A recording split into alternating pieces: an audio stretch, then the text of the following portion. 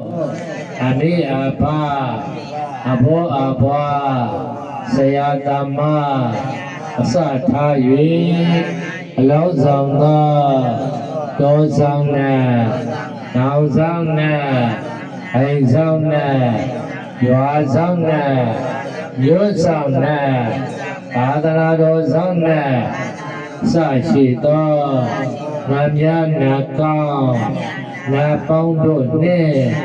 နတ်တို့တည်းပကြာမင်းရေမြင့်တည်းပြည့်ရှင်မင်း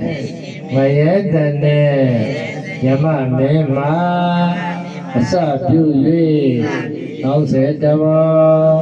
ကျင်လေကြသောလောင်းဆောင်များစွာဒေနေယဒုက္ခိတာဒုက္ခိတာ